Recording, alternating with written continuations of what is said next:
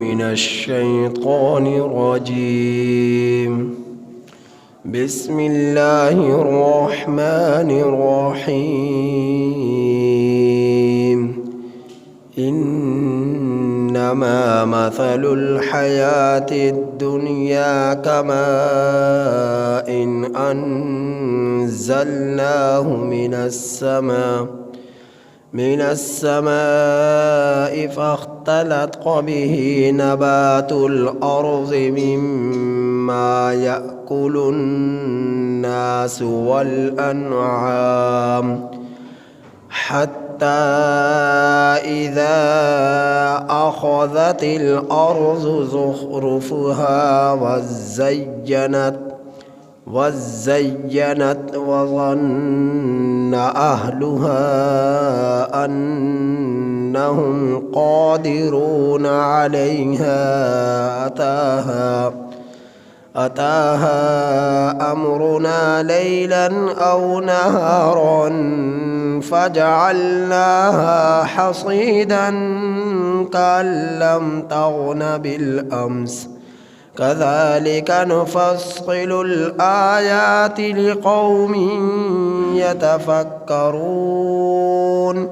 والله يدعو إلى دار السلام ويهدي من يشاء إلى صراط مستقيم للذين أحسنوا الحسنى وزيادة ولا يرهق وجوههم قتر ولا ذلة أولئك أصحاب الجنة هم فيها خالدون والذين كسبوا السيئات جزاء سيئة بمثلها وترهقهم ذلة ما لهم من الله من عاصم كأنما أغشيت وجوههم قطعا من الليل مظلما أولئك أصحاب النار هم فيها خالدون.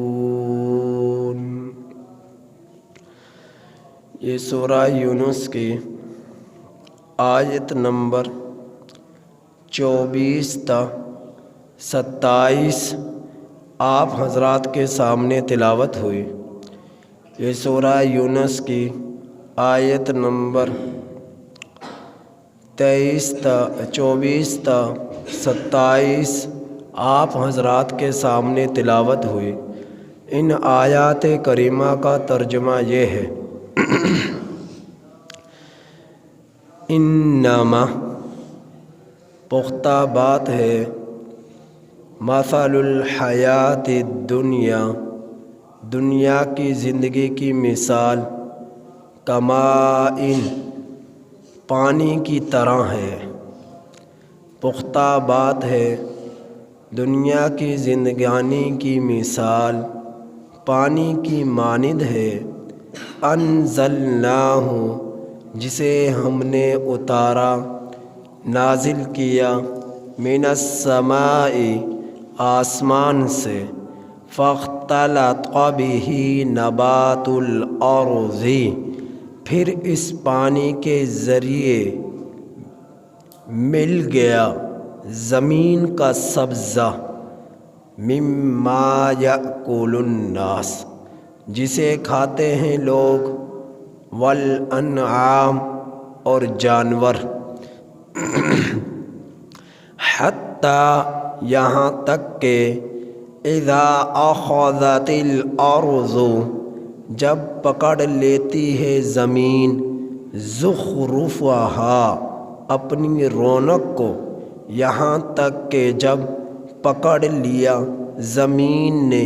اپنی رونق کو، وزینت اور زمین مزین ہو گئی، وظن اور یقین کر لیا، اہلھا زمین کے رہنے والوں نے، انہم بے شک یہ لوگ قادرون علیہا قادر ہیں اس پر، اتاہا تو آ پہنچا اس پر، امرنا ہمارا حکم، لیلاً رات کو، او نہاراً یا دن کے وقت، فجعلناہا تو ہم نے کر دیا اس کو، حصیداً کٹی ہوئی کھیتی، کأن لم تغن بالامس گویا کہ کل وہ تھی نہ وہاں، گویا کہ کل وہ تھی نہیں، کذالک نفصل الآیات اسی طرح ہم تفصیل بیان کرتے ہیں آیات کی، لقوم یتفکرون ایسی قوم کے لیے جو فکر کرتی ہے، غور کرتی ہے، واللہ یدعو اور اللہ دعوت دیتا ہے، الی دار السلام سلامتی کے گھر کی طرف، ویہدی من یشاء اور وہ ہدایت دیتا ہے جسے چاہتا ہے، الی صراط مستقیم سیدھے راستے کی طرف، للذین ان لوگوں کے لیے، احسنوا جو نیکی کرتے ہیں، الحسنى اچھائی ہے، وزیادہ اور زیادہ ہوگا، ولا یرہق وجوہہم اور نہ چھائے گی ان کے چہروں پر، قطر سیاہی، ولا ذلہ اور نہ ہی ذلت، اولئک اصحاب الجنہ یہ لوگ جنت والے ہیں، ہم فیہا خالدون اور وہ لوگ جنت میں ہمیشہ رہنے والے ہیں، والذین کسبوا السیئات اور وہ لوگ جنہوں نے کمائی برائیاں، جزاء بدلہ ہے، سیئہ برائی کا، بمثلہا اس جیسا، اور وہ لوگ جنہوں نے کمائی کی برائیوں کی بدلہ ہے برائی کا اس جیسا، وترہقہم ذلہ اور چڑھے گی ان لوگوں پر ذلت، ما لہم من اللہ اور نہ ہوگا ان لوگوں کے لیے اللہ سے، من عاصم کوئی بچانے والا، ان لوگوں کو اللہ سے بچانے والا کوئی نہ ہوگا، کأنما اغشیت گویا کہ ڈھانپ لیا گیا، وجوہہم ان کے چہروں کو، قطعا من اللیل رات کی ٹکڑیوں کے ساتھ، مظلمہ جو رات تاریک ہے، اولئک اصحاب النار یہ لوگ جہنم والے ہیں، ہم فیہا خالدون یہ لوگ جہنم میں ہمیشہ رہنے والے ہوں گے۔ پختہ بات ہے، دنیا کی زندگی کی مثال پانی کی مانند ہے جسے ہم نے اتارا آسمان سے، پھر مل گیا پانی کے ساتھ زمین کا سبزہ جسے کھاتے ہیں لوگ اور جانور، یہاں تک کہ جب زمین پکڑ لیتی ہے اپنی رونق کو اور وہ مزین ہو جاتی ہے، اور یقین کر لیتے ہیں زمین کے رہنے والے کہ بے شک یہ لوگ قادر ہیں اس پر، تو آتا ہے اس پر ہمارا حکم رات کو یا دن کو، پھر ہم کر دیتے ہیں اس کو کٹی ہوئی کھیتی، گویا کہ کل وہ تھی نہ وہاں۔ اسی طرح ہم تفصیل سے بیان کرتے ہیں آیات ایسی قوم کے لیے جو فکر کرتی ہے، اور اللہ بلاتا ہے سلامتی والے گھر کی طرف، اور وہ ہدایت دیتا ہے جسے چاہتا ہے سیدھے راستے کی طرف۔ ان لوگوں کے لیے نیکی ہے، اچھائی، ان لوگوں کے لیے جنہوں نے نیکی کی اچھائی ہے اور زیادہ ہے، اور نہ چڑھے گی ان کے چہروں پر سیاہی اور نہ ذلت، یہی لوگ جنت والے ہیں اور یہ لوگ جنت میں ہمیشہ رہنے والے ہیں۔ اور وہ لوگ جنہوں نے کمائی برائیاں تو برائی کا بدلہ اس جیسا ہے، اور چڑھے گی ان پر ذلت، نہ ہوگا اللہ سے ان کو کوئی بچانے والا، گویا کہ چھا گئی ان کے چہروں پر رات کی ٹکڑیاں جو کہ تاریک رات ہے۔ یہ لوگ جہنم والے ہیں، وہ ہمیشہ رہنے والے ہوں گے جہنم میں۔ ان آیات کریمہ میں اللہ جل شانہ نے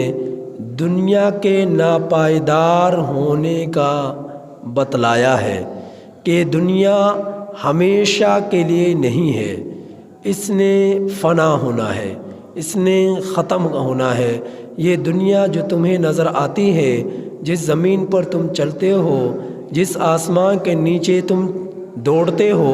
جس زمین پر تم گھر بار کوٹھی بنگلے زمینیں کھیتی باڑیاں کرتے ہو، گھر بار بناتے ہو، بزنس کاروبار بناتے ہو، عارضی حکومتیں وزارتیں سنبھالتے ہو اور شہرت اور عزت کے خاطر مرتے ہو، عہدے اقتدار کے لیے لڑتے ہو، یہ جتنی بھی چیزیں تم یہاں پر کر رہے ہو، نہ یہ اقتدار ہمیشہ رہے گا، نہ یہ دنیا ہمیشہ رہے گی، نہ یہ زمین ہمیشہ رہے گی، نہ آسمان ہمیشہ رہے گا، نہ چاند، نہ سورج، نہ ستارے، نہ سیارے، نہ یہ بحری جہاز، نہ یہ جنگی جہاز، نہ یہ جو ہے دنیا میں چہل قدمی، یہ جانور، یہ انسان، یہ جنات، یہ پرندے، یہ حیوانات، یہ کیڑے مکوڑے، ان میں سے کوئی بھی چیز اس دھرتی پر ہمیشہ نہ رہے گی۔ اس دنیا میں ہر چیز کے لیے فنا ہے، آسمان کے لیے بھی فنا، زمین کے لیے بھی فنا، سورج اور چاند اور ستارے اور سیارے، ان سب کے لیے فنا ہے۔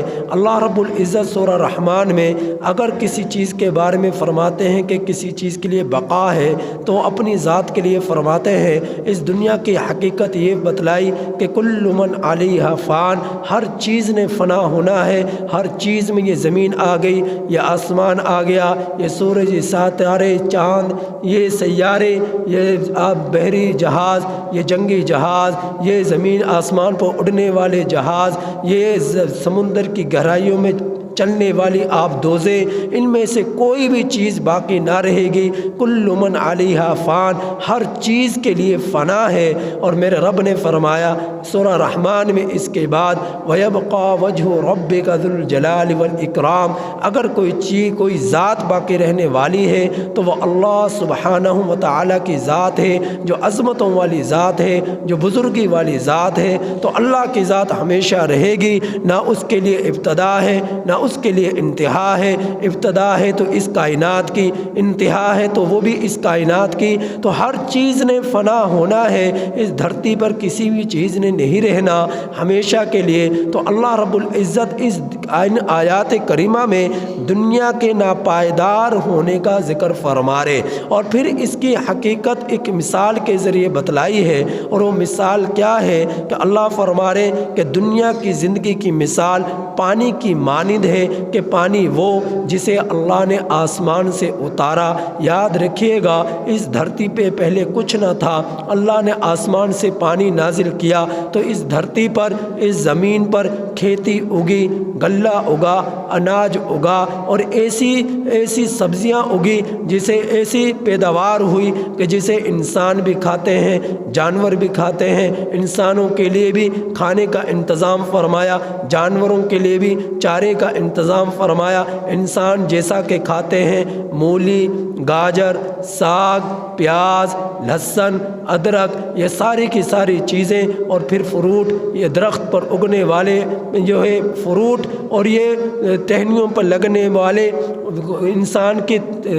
روح کو تر و تازگی بخشنے والے، مختلف ذائقہ رکھنے والے یہ رنگ برنگے پھول، یہ اللہ رب العزت نے اس زمین سے ان کو اگایا۔ تو انسان بھی اپنے کھانے کا انتظام زمین کی پیداوار سے کرتا ہے، جانور بھی اپنے چارے کا انتظام اس زمین کی پیداوار سے کرتے ہیں۔ تو اللہ فرما رہا ہے اس دھرتی پر کچھ بھی نہ تھا، میں نے آسمان سے پانی کو نازل کیا، جس پانی نے اس زمین کو سرسبز کر دیا، اور اس سے انسانوں کے کھانے کے لیے بھی انتظام ہوا، جانوروں کے لیے بھی چارے کا انتظام ہوا۔ تو اللہ مثال کے ذریعے دنیا کی زندگی کی مثال،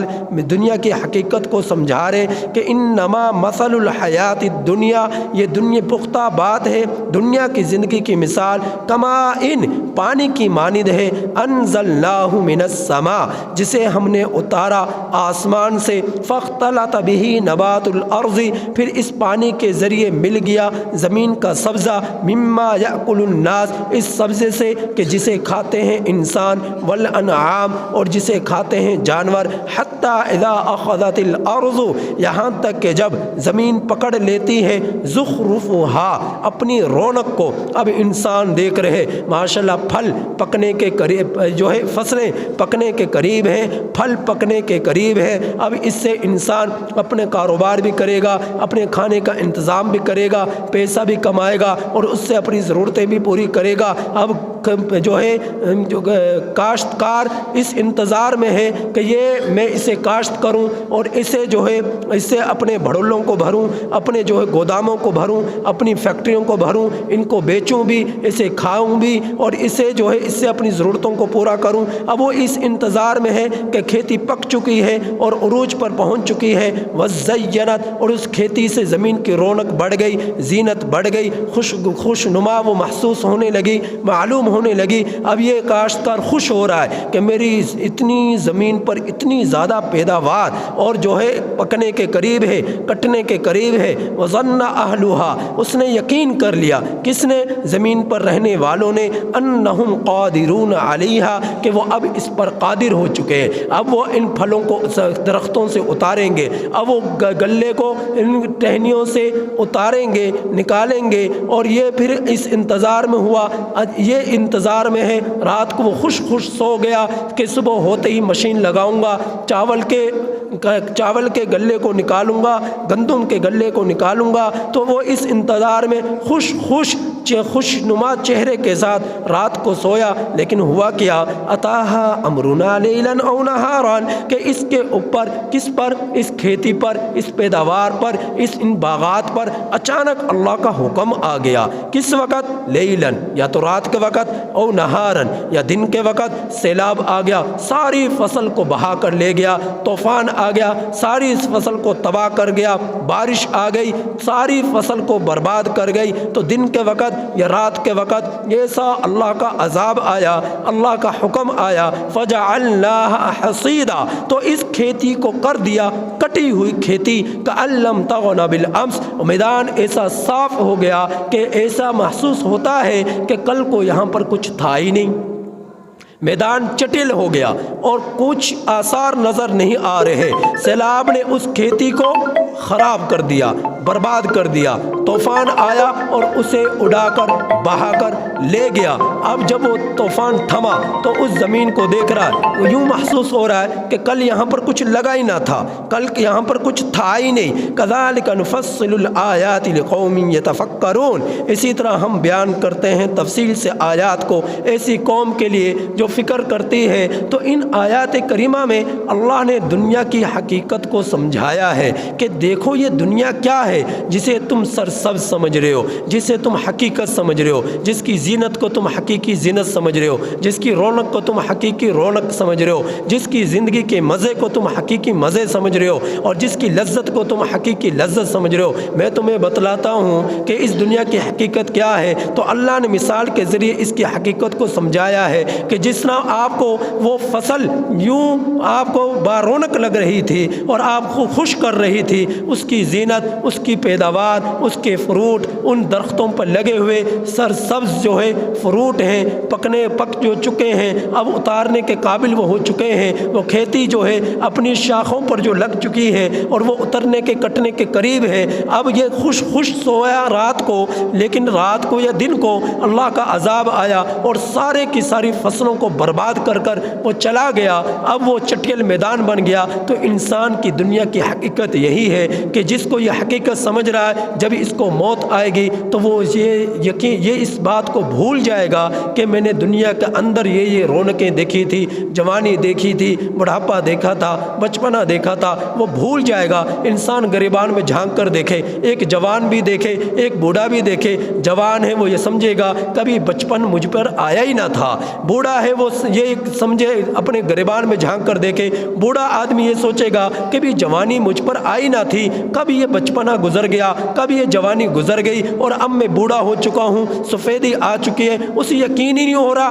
کہ میرے 70 سال گزر گئے، میرے 80 سال گزر گئے، اور ماضی کا ایک طویل زمانہ وہ گزار کر آیا، وہ تو ایک خواب تھا،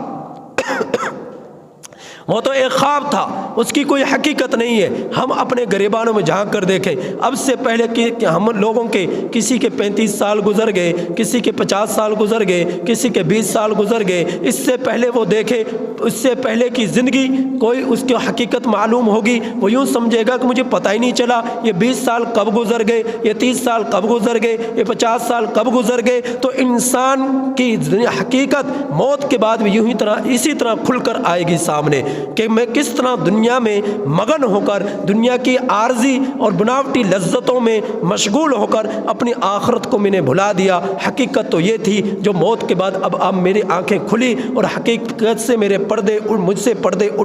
ہٹے، اور اب میں یہ حقیقت جو دیکھ رہا ہوں، حقیقت تو یہ ہے، وہ تو ایک دھوکہ ہے جس دھوکے کے بارے میں اللہ نے بھی فرمایا تھا کہ وَمَا الْحَيَاةُ الدُّنْيَا إِلَّا مَتَاعُ الْغُرُورِ، جسے تم حقیقت سمجھ رہے ہو یہ دھوکہ ہے۔ تو یہ پانی کے ذریعے پانی کی مثال اللہ نے دی۔ تو پانی کے بارے میں علم تعبیر الرؤیا والے، یعنی خواب کی تعبیر بتلانے والے، علم رکھنے والے، وہ بتلاتے ہیں کہ جو شخص اپنے خواب میں پانی کو دیکھے تو پانی سے زندگی مراد ہوتی ہے۔ کوئی شخص اپنے خواب میں پانی کو دیکھتا ہے نا، تو پانی سے مراد زندگی ہے۔ اگر تھوڑا پانی دیکھتا ہے تو اس کا کیا مطلب؟ اس کی زندگی تھوڑی ہوگی۔ اگر زیادہ پانی دیکھے گا تو اس کا کیا مطلب؟ اس کی زندگی زیادہ ہوگی، یعنی اللہ اس کی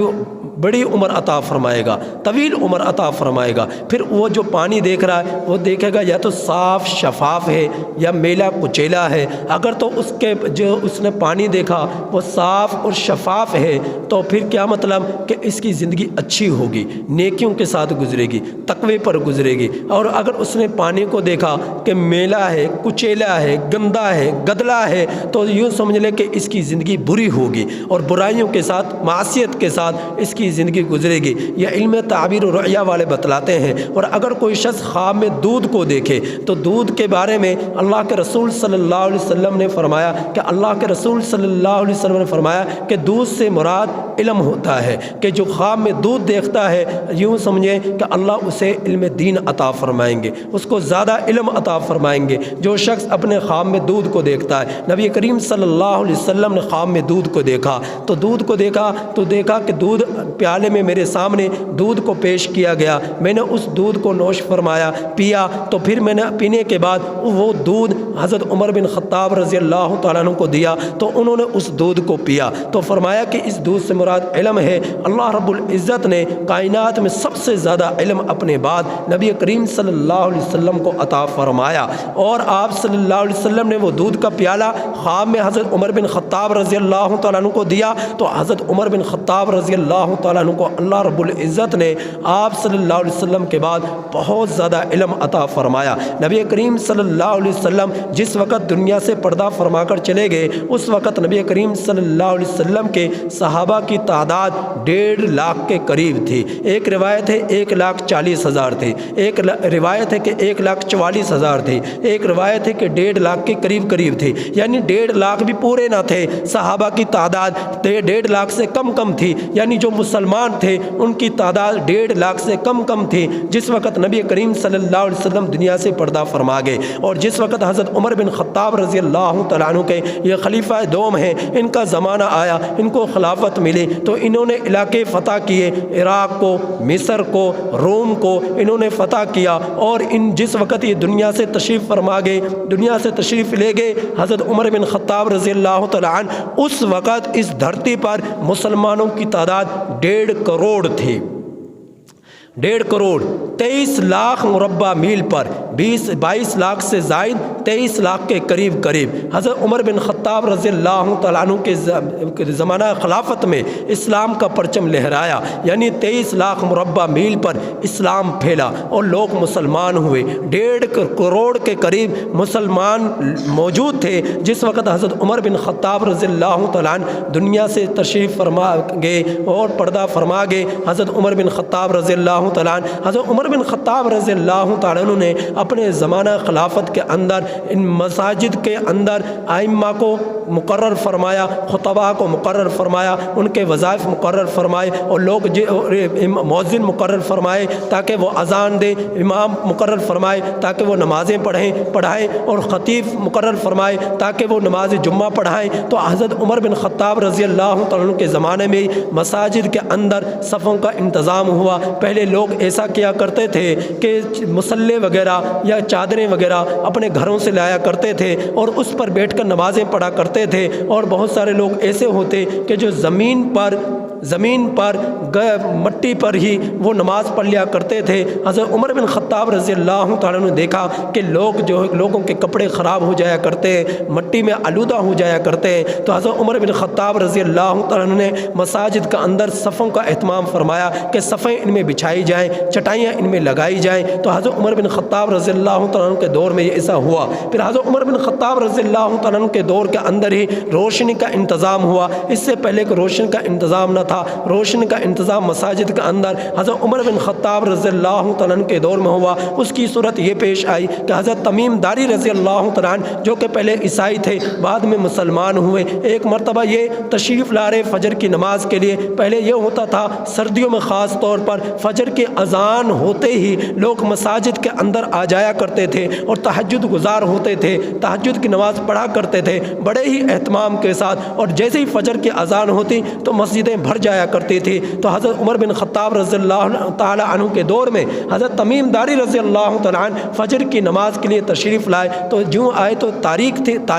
تاریخی ماحول تھا، رات کا اندھیرا تھا، تو ایک شخص سے ٹکرا گئے، پھر تھوڑا سا آئے دوسرے شخص سے ٹکرا گئے، یعنی اندھیرے میں کچھ نظر نہیں آ رہا تھا، یہاں تک کہ مسجد نبوی میں تشریف لائے تو آپ نے کیا کیا کہ ایک چراغ دیا پکڑا اور 2 اینٹیں رکھی مسجد نبوی کے محراب میں، اور ان 2 اینٹوں پر چراغ کو رکھا، مٹی کا چراغ بنایا، اس میں آئل ڈالا تو اس کو روشن کر دیا۔ جس وقت حضرت عمر بن خطاب رضی اللہ تعالیٰ عنہ تشریف لائے تو دیکھا مسجد کو کہ وہ روشن ہے، کیونکہ حضرت عمر بن خطاب رضی اللہ تعالیٰ عنہ جس وقت مسجد میں تشریف لایا کرتے عام طور پر فجر کی سنتیں گھر میں پڑھ کر آیا کرتے۔ نبی کریم صلی اللہ علیہ وسلم کا بھی معمول مبارک یہی تھا کہ گھر میں فجر کی سنتیں پڑھا کرتے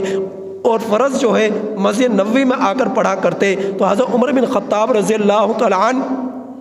گھر میں فجر کی سنتیں پڑھ کر تشریف لائے، اور جب آ کر مسجد نبوی کو دیکھا کہ وہ روشن ہے تو پھر فرمایا وضعها ها هنا، کہ یہ یہاں پر کس نے رکھا، یہ چراغ یہاں پر کس نے رکھا؟ تو سب کے سب لوگ خاموش ہو گئے، کوئی نہ بولا۔ پھر دوبارہ، کیونکہ آپ قد آور تھے الحمدللہ، آپ کا رو بہت زیادہ تھا اور آپ کی آواز میں گرج بہت زیادہ تھی، کڑکدار آواز تھی۔ پھر جب کوئی نہ بولا پھر آپ نے دوبارہ کڑکدار لہجے میں انداز میں اور فرمایا من وضعها ها هنا، کہ یہ یہاں پر چراغ کس نے رکھا ہے؟ جب پھر کوئی نہ بولا پھر آپ نے دعا دی من نور قبرہ، اللہ رب العزت نور اللہ قبرہ، اللہ تعالیٰ اس کی قبر کو روشن کرے، کما نور مسجدنا، جس نے ہماری مساجد کو روشن کیا، اللہ اس کی قبر کو بھی روشن کرے۔ جب آپ نے یہ دعا فرمائی اس وقت حضرت تمیم داری رضی اللہ تعالیٰ عنہ کھڑے ہوئے اور پھر فرمایا کہ میں نے اے امیر المؤمنین، میں نے یہ دیا رکھا ہے، میں نے مسجد کو روشن فرمایا ہے، تو آپ کو یہ دعا فرمایا کہ ہاں روشنی ہونی چاہیے ضرورت کے مطابق، لیکن ضرورت سے زائد روشنی نہیں ہونی چاہیے کہ یہ اسراف ہوگا۔ تو روشنی کا اہتمام حضرت عمر بن خطاب رضی اللہ تعالیٰ عنہ کے دور میں ہوا۔ تو حضرت عمر بن خطاب رضی اللہ تعالیٰ عنہ نے اپنے دور خلافت میں بہت سارے کارنامے سر انجام دیے، اور جو ہے آپ جب دنیا سے تشریف لے گئے تو 1.5 کروڑ لوگ مسلمان تھے اس دھرتی پر۔ تو آپ نے اپنا جو آپ کو اللہ نے علم عطا فرمایا اس علم سے مسلمانوں نے فائدہ حاصل کیا اور دین دور تک لوگوں تک یہ دین پہنچا۔ تو اللہ رب العزت کے پیغمبر محمد مصطفیٰ صلی اللہ علیہ وسلم نے فرمایا کہ خواب میں کوئی دودھ دیکھے تو دودھ سے مراد علم دین ہوتا ہے۔ تو اس مثال کے ذریعے اللہ رب العزت نے دنیا کی حقیقت کو سمجھایا ہے کہ دنیا جس سے تم حقیقت سمجھ بیٹھے ہو یہ حقیقت نہیں ہے، یہ ایک دھوکہ ہے، یہ عارضی زندگی ہے، اس نے ختم ہونا ہے۔ پھر میرا اللہ فرما رہا ہے واللہ یدعو الی دار السلام، اللہ تمہیں دعوت دیتا ہے سلامتی والے گھر کی طرف۔ میرے نبی نبی نے فرمایا جس وقت لوگ جنت میں داخل ہوں گے، یہ دار اسلام یہ جنت کے ناموں میں سے ایک نام ہے، تو اللہ جنت کی طرف تمہیں بلا رہا ہے۔ یہ جنت کا نام کیوں رکھا گیا دار اسلام؟ یہ اس لیے رکھا گیا کہ جس وقت جنتی جنت میں داخل ہوں گے تو اسے جنت پر پہرے دار جو مقرر ہیں وہ اسے سلام علیکم کہیں گے، سلام کریں گے، سلام ہو تم پر۔ پھر یہ اندر داخل ہوں گے، اندر حوریں انہیں سلام کریں گے، سلام علیکم۔ پھر اور داخل ہوں گے جنت کے غلامان، جنت کے بچے، خوبصورت حسین و جمیل بچے جو ہے ان کو سلام کریں گے، ان کا استقبال کریں گے۔ اس وجہ سے جنت کے ناموں میں سے ایک نام دار السلام بھی ہے۔ اور پھر اسی طرح جنت کو یہ سبب بھی ہے جنت کا نام رکھنے کا، اور جنت کے ناموں میں سلام دار السلام بھی ہے۔ اور پھر اللہ رب العزت آگے فرما رہے تمہیں اللہ بلا رہا ہے دار السلام کی طرف، یعنی سلامتی والے گھر کی طرف۔ تم اللہ کی طرف دوڑو، اللہ کی عبادت کرو، دین اسلام کے مطابق زندگی گزارو، گناہوں سے بچو، شیطان کے راستے پر نہ چلو، رحمان کے راستے پر چلو۔ پھر میرا اللہ فرما رہا ہے وَيَهْدِي مَن يَشَاءُ إِلَىٰ صِرَاطٍ مُسْتَقِيمٍ، اور وہ ہدایت دیتا ہے جسے چاہتا ہے سیدھے راستے کی طرف۔ زبردستی میرا رب نہ کسی کو مومن بناتا ہے، زبردستی میرا اللہ نہ کسی کو کافر بناتا ہے۔ اللہ نے حق اور باطل کے راستے دکھلا دیے کہ یہ شیطان کا راستہ ہے اور یہ رحمان کا راستہ ہے۔ اب تجھے اختیار دے دیا، تو نے شیطان کے راستے پر چلنا ہے یا تو نے رحمان کے راستے پر چلنا ہے۔ قرآن تیرے سامنے موجود ہے، حدیث تیرے سامنے موجود ہے، صحابہ کی زندگی تیرے پاس موجود ہے۔ اب دیکھنا یہ ہے کہ تو ابلیس کے راستے پر چلے گا یا رحمان کے راستے پر چلے گا۔ اللہ نے تجھے یہ راستہ دکھلا دیا۔ اور قرآن کریم میں سے پہلی سورۃ الفاتحہ ہے جو آپ تلاوت کرتے ہیں ہر نماز میں، اللہ اس میں فرما رہا ہے اہدنا الصراط المستقیم، کہ جو اللہ نے دعا بتلائی کہ ہم اپنے رب سے یوں دعا کریں، اے اللہ تو ہمیں سیدھے راستے پر چلا۔ کیسا راستہ؟ ان لوگوں کا راستہ، صراط الذین انعمت علیہم، کہ جن لوگوں پر تو نے انعام فرمایا۔ وہ لوگ کون ہیں؟ وہ نبی ہیں، وہ صدیقین ہیں، وہ شہداء ہیں، وہ صالحین ہیں، نیک لوگ ہیں۔ تو اے اللہ تو ہمیں ان لوگوں کے راستے پر چلا۔ یہ ہے مطلب اہدنا الصراط المستقیم کا، صراط الذین انعمت علیہم کا، کہ اللہ رب العزت نے جن پر انعام کیا۔ یا اللہ تو ہمیں نبیوں کے راستے پر چلا، یا اللہ تو ہمیں شہیدوں کے راستے پر چلا، یا اللہ تو ہمیں صدیقین کے راستے پر چلا، یا اللہ تو ہمیں نیک لوگوں کے راستے پر چلا۔ تو سورہ فاتحہ کا ترجمہ کسی کو آتا ہو، سیکھنا چاہیے، سمجھنا چاہیے، تاکہ نماز جب پڑھو تو معلوم ہو کہ ہم اپنے رب سے کیا مانگ رہے۔ تو اللہ رب العزت فرما رہے کہ جسے چاہتا ہوں اسے ہدایت دیتا ہوں۔ ہدایت کی طرف جس کا رجحان ہے اللہ اسے ہدایت دے دیتے ہیں، گمراہی کی طرف جس کا رجحان ہے اللہ اسے گمراہ کر دیتے ہیں۔ تو یہ انسان کے پاس اختیار ہے، چاہے تو ہدایت کو قبول کر لے، چاہے گمراہی کو قبول کر لے۔ للذین احسنوا الحسنی، ان لوگوں کے لیے جنہوں نے نیکی کی، میرا رب فرما رہا ہے حسنہ، اچھائی ہے، وزیادہ، اور زیادہ بھی ہے۔ اور وہ زیادہ کیا ہے کہ اللہ حدیث پاک میں آتا ہے کہ وہ زیادہ سے مراد جنت کی نعمتیں ہیں، جنت کی رونقیں ہیں۔ زیادہ سے مراد کوئی شخص نیکی کرتا ہے ایک، میرا رب اسے 10 کا ثواب عطا فرماتے ہیں کہ من جاء بالحسنۃ فلہ عشر امثالھا، جو شخص بھی تم میں سے ایک نیکی کرے گا اللہ اسے 10 کا ثواب عطا فرمائیں گے۔ یہ اللہ رب العزت کا فضل ہے کہ نیکی ایک کرے ثواب 10 کا ملے۔ آپ کسی کو سلام کریں السلام علیکم، اللہ 10 کا ثواب دے گا، 10 گناہ معاف کرے گا، ایک درجہ بلند کرے گا۔ پھر ایک نیکی کرنے پر بس اوقات وہ نیکی جو ہے گھر میں رہ کر کر رہا ہے، کاروبار کی صورت میں کر رہا ہے، مساجد کی صورت میں آ کر کر رہا ہے۔ ایک نیکی وہ ہے جو اللہ کے راستے میں کر رہا ہے، دین کو سیکھنے والا بھی اللہ کے راستے میں ہے، تبلیغ میں نکلنے والا بھی اللہ کے راستے میں ہے، جہاد فی سبیل اللہ کرنے والا بھی اللہ کے راستے میں ہے، درس قرآن سننے کی نیت سے آنے والا مسجد میں وہ بھی اللہ کے راستے میں ہے۔ اب جو درس قرآن سننے کی نیت سے گھر سے نکلا، اس کے ایک ایک قدم پر جو ایک نیکی کا اللہ ثواب دے رہے، وہ ایک نیکی نہیں ہے، وہ ایک نیکی کا ثواب اللہ 700 نیکیوں کے برابر عطا فرما رہے ہیں۔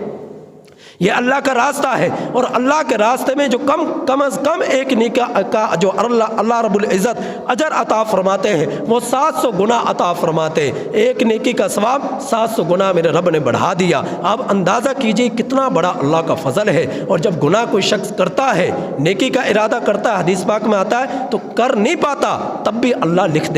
لکھوا دیتے ہیں۔ اور نیکی برائی کا ارادہ کرتا ہے، جب تک وہ کرتا نہیں ہے اس وقت تک وہ برائی لکھی نہیں جاتی، اس وقت وہ برائی لکھی نہیں جاتی جب تک کہ وہ شخص برائی کرتا نہیں۔ چاہے اس کے دل میں یہ داعیہ پیدا ہوا کہ میں برائی کروں، میں جھوٹ بولوں، میں زنا کروں، میں شراب پیوں، میں سود کھاؤں، میں رشوت لوں، چاہے اس کے دل میں یہ خیال آ رہے لیکن وہ لیتا نہیں ہے، گناہ کرتا نہیں ہے، جتنے مرضی گناہ کے خیالات آئیں وہ گناہ اس کا لکھا نہیں جائے گا۔ برائی کا نیکی کا خیال آیا، ارادہ کیا کہ میں نیکی کروں لیکن کر نہ سکا، تو اللہ اس کو لکھوا دیں گے کہ لکھ لی جائے اس کی نیکی۔ تو نیت کر نیکی کا ارادہ کرنے پر بھی اللہ اجر عطا فرماتے ہیں۔ آپ سوچیں تو صحیح، جو احکم الحاکمین ذات ہے اسے میری ضرورت نہیں، تمہاری ضرورت نہیں، دنیا کے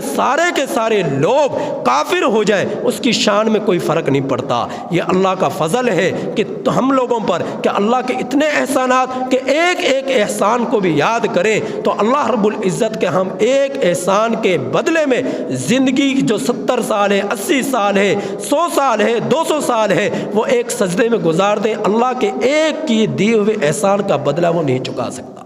ایک احسان جو اللہ کی طرف سے ملا ہے اس کا بھی بدلہ وہ نہیں چکا سکتا۔ اللہ رب العزت کے اس قدر احسانات ہیں، اور یہ بدبخت انسان اسی رب کی نافرمانی کرتا ہے، اسی کا کھاتا ہے، اسی کی دھرتی پر زنا کرتا ہے، اسی کا کھاتا ہے، اسی کی دھرتی پر رشوت لیتا ہے، اسی کا کھاتا ہے، اسی کی دھرتی پر سود کھاتا ہے، اسی کا کھاتا ہے، اسی کے مخلوق پر ظلم ہوتا ہوا دیکھ کر خاموشی اختیار کرتا ہے۔ کس قدر بدبخت اور ناشکرا انسان ہے یہ، پھر بھی اللہ اس پر فضل فرما رہا ہے کہ عذاب نہیں بھیج رہا۔ یہ میری نبی کی دعا ہے، ورنہ کب کا ان لوگوں کو جو زنا میں ملوث ہیں، شراب میں ملوث ہے، سود میں ملوث ہے، بدکاری میں ملوث ہے، جھوٹ مکر فریب دغو ڈکیتی چوری میں ملوث ہیں، ان کو کب اللہ کی زمین نگل جاتی، زمین تباہ ہو جاتی اور زلزلہ آ جاتا اور یہ تباہ ہو جاتے، آسمان ٹوٹ پھوٹ کر وقت سے پہلے ان پر گر جاتا، لیکن اللہ کا وقت طے شدہ ہے جس کے بارے میں میرا اللہ فرماتا ہے کہ اذا السماء انفطرت، یہ آسمان بھی ٹوٹے گا،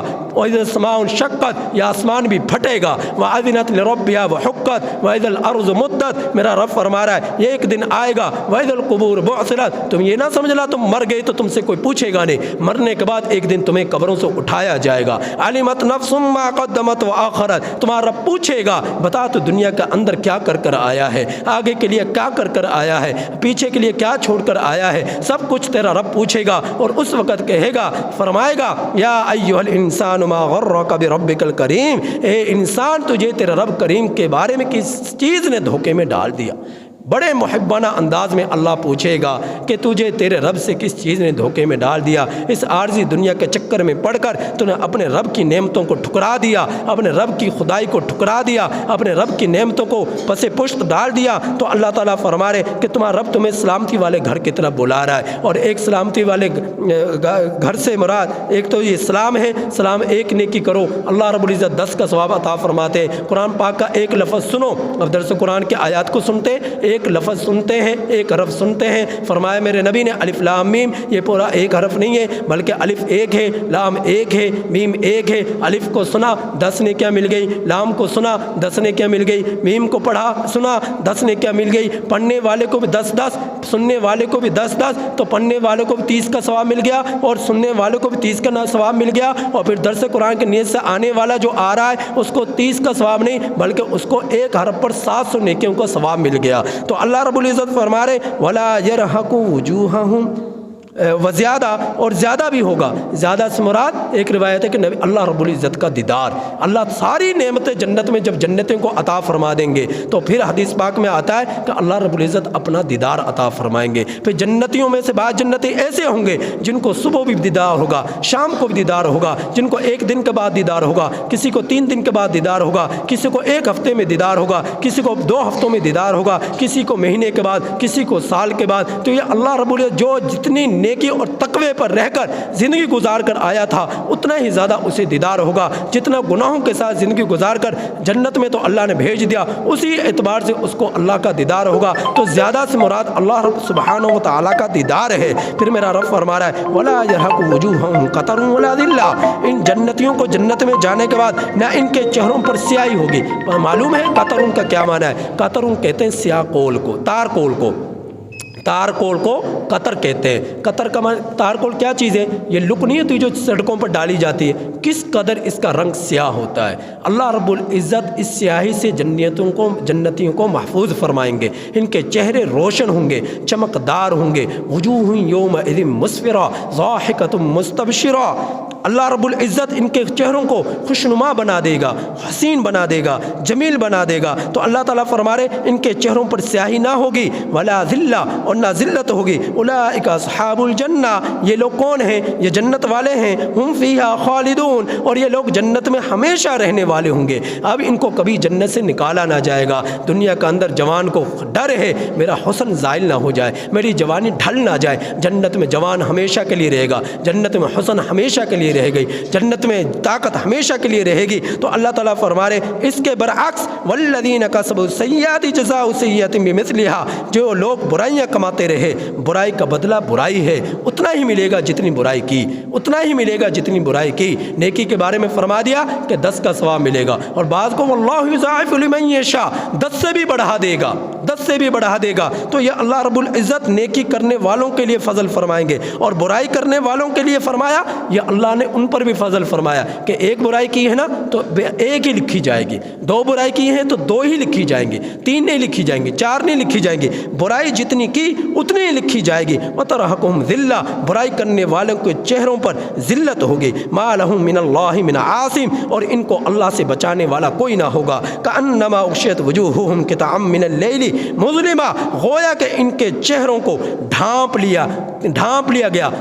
رات کے ٹکڑیوں کے ساتھ، تاریک رات ہو جس میں ہاتھ سے ہاتھ نہ دکھائی دے، ایسی رات کی ٹکڑیوں کے ساتھ ان کے چہروں کو ڈھانپ لیا گیا۔ یعنی جس طرح لک ہوتی ہے جس کو سڑکوں پر ڈالا جاتا ہے، تارکول جسے کہا جاتا ہے، اس سے بھی زیادہ ان کے چہرے سیاہ ہوں گے جہنمیوں کے، ان کے آنکھیں نیلی ہوں گی، یہ بدنما ہوں گے، بدصورت ہوں گے، ذلت ان پر پڑ رہی ہوگی، اور اللہ کے عذاب کا یہ عذاب کے ایک جھلک ہوگی اور ابتدا ہوگی جس کے اندر یہ مبتلا ہوں گے۔ مظلمہ، تاریک رات کی طرح ان کے چہرے سیاہ ہوں گے۔ میرا رب فرما رہا ہے تسود وجوہ، اور فرمایا کہ سیاہ چہرے ہوں گے ان کے۔ اللہ رب العزت فرما رہے اولئک اصحاب النار، یہ جہنم والے ہیں، ہم فیہا خالدون، اور یہ جہنم میں ہمیشہ ہمیشہ رہیں گے۔ تو ان آیات کریمہ کا آج ترجمہ ہوا، تفسیر ہوا۔ میرے اللہ نے جنتوں کا بھی تذکرہ فرمایا، جہنمیوں کا تذکرہ بھی فرمایا، اور دنیا کی حقیقت کو سمجھایا۔ اب بھی اگر کوئی اس دنیا کے جال میں پھنسا رہے، دنیا کے دھوکے میں پڑا رہے، تو اس سے بڑا بے وقوف شخص کوئی نہیں ہے۔ لہٰذا عقل مند بنو، اور عقل مند حدیث پاک میں میرے نبی نے اسی کے بارے میں فرمایا جو موت سے پہلے موت کی تیاری کرے، اپنی آخرت کی فکر کرے۔ اللہ پاک سے دعا ہے کہ اللہ تعالی ہمیں آخرت کی سمجھ دین اسلام کی سمجھ نصیب فرمائے، قرآن پاک پر عمل کرنے کی توفیق نصیب فرمائے۔